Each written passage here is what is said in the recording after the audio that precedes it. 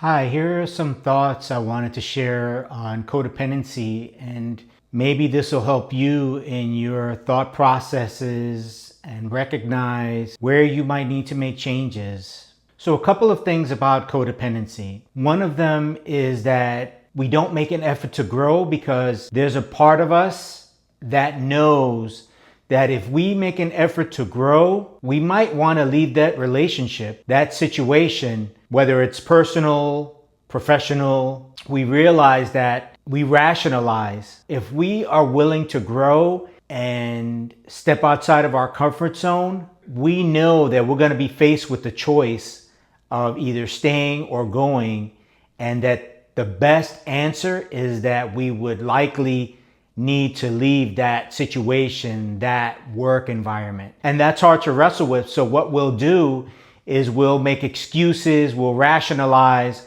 why this situation isn't that bad, why this person isn't that bad, and we'll stay in that. Or that person senses that we're trying to grow, that we're trying to become better, we're trying to break free from our codependency, and they'll guilt us into feeling sorry for them or trying to get us to think that we think we're better than everyone else, so that's why we're trying to change. The other aspect of staying in a codependent situation, relationship, or work environment, because we fear we're going to lose our security, so we choose to stay weak.